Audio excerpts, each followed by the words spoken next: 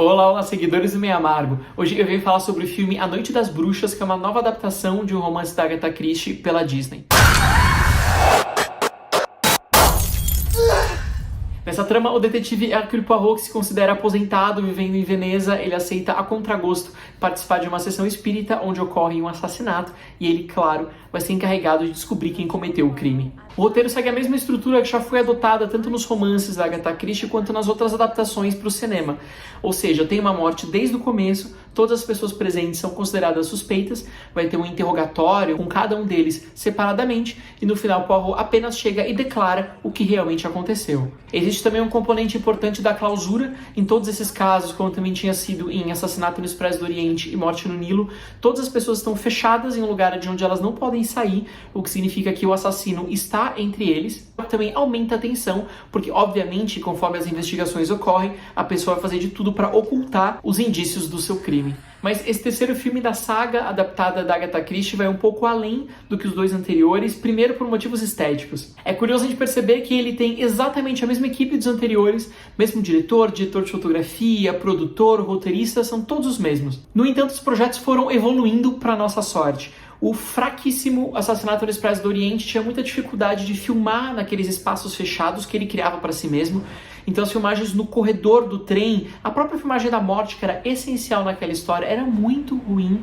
Isso já foi solucionado de maneira muito mais inteligente em Morte no Nilo. Se filmava o navio de longe, de modo que a gente pudesse perceber ao mesmo tempo, num único enquadramento, coisas aconteceram no andar de cima e no andar de baixo, ou na frente e no fundo do quadro, por exemplo. E agora, em A Noite das Bruxas, o uso dos espaços é muito melhor e mais expressivo. A trama quase inteira se passa dentro de um castelo, que é ao mesmo tempo um símbolo de luxo, mas também de pobreza, porque ele é um castelo caindo aos pedaços. Inclusive, conforme as investigações avançam, a construção dá indícios de que ela pode ruir com uma tempestade muito forte, que também é uma metáfora do que está acontecendo lá dentro. A fotografia que realmente impressiona, porque ela vai trabalhar muito com imagens em grande angular que eu digo é o uso da lente da objetiva, que acaba abrindo muito o escopo da imagem e mesmo distorcendo um pouco o ângulo de visão, para a gente enxergar mais coisa do que o olho humano enxergaria. Então os espaços têm um pé direito altíssimo, de modo que as pessoas pareçam ainda menores. Eles são filmados sempre de modo angulado, para que a gente comece a perder um pouco o senso de orientação. E isso não é um virtuosismo banal, ele se justifica pelo fato de que o Poirot, pela primeira vez, um homem muito cético, muito racional, começa a enxergar fantasmas, começa a ouvir vozes de crianças que não estão lá. Então essa maneira de filmar que distorce as proporções, distorce o que a gente está vendo, tem tudo a ver com a percepção do protagonista. A gente tem algumas construções que às vezes lembram essa geometria profunda do expressionismo alemão,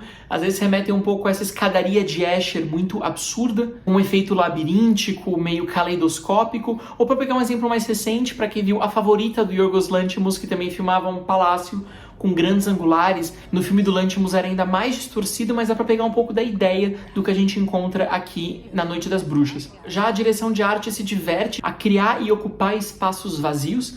Então, se esses grandes quartos gigantescos quase não têm objetos ou pessoas dentro, como que eu posso ocupar ou sugerir algo assustador?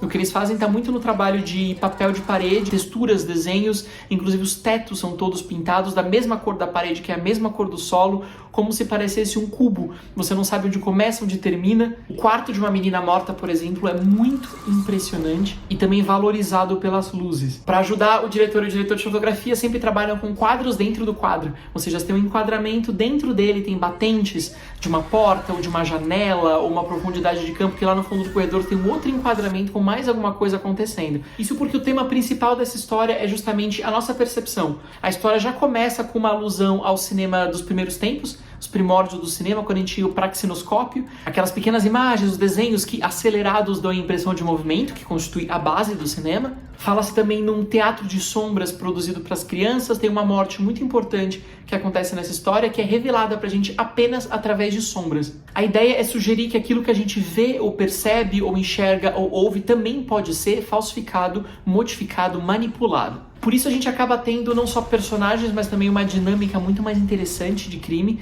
do que as outras que a gente viu anteriormente.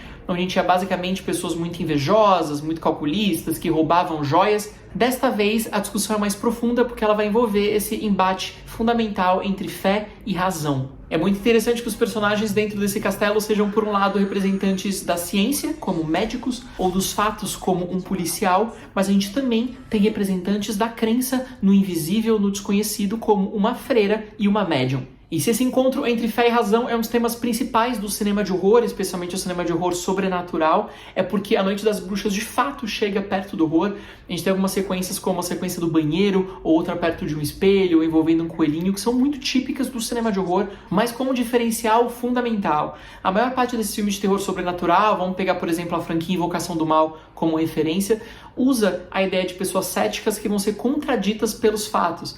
Ou seja, elas chegam falando, não, imagina, fantasmas não existem. E no final, essa pessoa muito cética vai descobrir que ela estava errada, que demônios, fantasmas existem de verdade. Mas nesses livros da Agatha Christie, o que ocorre é o oposto. Todo mundo dizendo, existem fantasmas, existem assombrações, e o que está acontecendo aqui são espíritos, até chegar essa pessoa super cética, que é o Poirot, e provar que não, para tudo aquilo existe uma explicação plenamente científica e racional. Sim, é verdade que a explicação chega de maneira um tanto abrupta, que o Poirot tem uma série de verdades que ele traz ao público e aos outros participantes, que a gente não sabe muito bem de onde ele tirou, porque não tinham indícios para tal.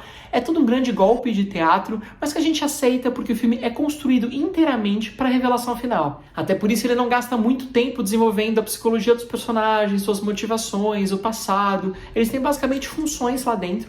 Eles são como peças num jogo de xadrez. A gente sabe que vai ter um checkmate no final, basta saber quem que vai fazer isso, se vai ser o peão, a torre, a rainha. Mais uma vez, o diretor Kenneth Branagh e os produtores brincam em trazer um caldeirão multiétnico, embora europeu, com personagens franceses, italianos, britânicos e húngaros, mesmo que eles não sejam interpretados por pessoas desses países. Chega a ser engraçado nesse jogo de cena que o Kenneth Branagh, britânico, esteja interpretando um francês com um sotaque fortíssimo, na frente de uma francesa, de fato, que é a Camille Cottin, que está interpretando uma mulher do leste europeu. Porque nesse jogo de faz de conta, os personagens estão sempre interpretando outros personagens, então o artifício é uma coisa que o diretor abraça de maneira muito voluntária e assumida.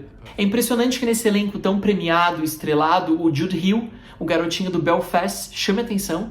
Ele tá excelente nas cenas dedicadas a ele tem diálogos longos, ele tem um papel super importante ali, enquanto grandes nomes da França e da Itália não tem tanta coisa para fazer assim, caso da Camille Cottin francesa e do Riccardo Scamarcio da Itália, num papel muito pequeno.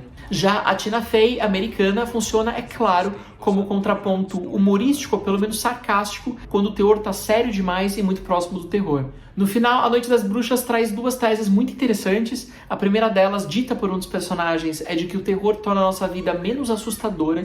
Isso é muito bacana pra gente pensar como uma função social e artística do horror. Nesses filmes com mortes, com assassinatos, com pessoas muito perversas, é quando a gente pode experimentar algumas sensações e algumas emoções de maneira segura e responsável, sem ter que passar por essas sensações horríveis na vida, na realidade. Segundo um outro diálogo, nos diz que nós não podemos fugir dos nossos fantasmas, sejam eles reais ou não. Todas as pessoas presas naquele castelo tinham traumas profundos, então elas tinham seus próprios fantasmas, e é essa a metáfora que realmente interessa ao texto e ao diretor. Um personagem, inclusive, nos diz que o sofrimento psíquico é muito real, mesmo que a causa dele não seja. Nesse sentido, existe uma metáfora para as questões de saúde mental. Ao invés dessa arrogância típica do Poirot, que sempre conclui as suas histórias dizendo que a fé é menos importante do que a razão, a gente tem dessa vez uma compreensão muito mais humana e empática do outro. Até por isso, na conclusão dessas histórias baseadas em Agatha Christie, dificilmente a verdade é exposta em público, as pessoas se resolvem entre elas. Se o mundo descobre ou não o que realmente aconteceu na cena do crime é secundário, o importante é que eles saibam e aprendam com isso. Existe um caráter terapêutico em todas as histórias até agora, mas especialmente em A Noite das Bruxas. O que a gente acaba tendo no final é uma espécie de terapia de grupo muito perversa, mas também muito eficaz, em que as pessoas que praticam a dor e aquelas que sofrem a dor são obrigadas a ficar juntas, presas, até resolverem os seus problemas. É isso, eu fico por aqui hoje. Me diz se gosta dos filmes baseados em Agatha Christie, se vai ver A Noite das Bruxas. Deixa o seu comentário e também não se esquece de ler todos os textos publicados em meiamargo.com. Até a próxima!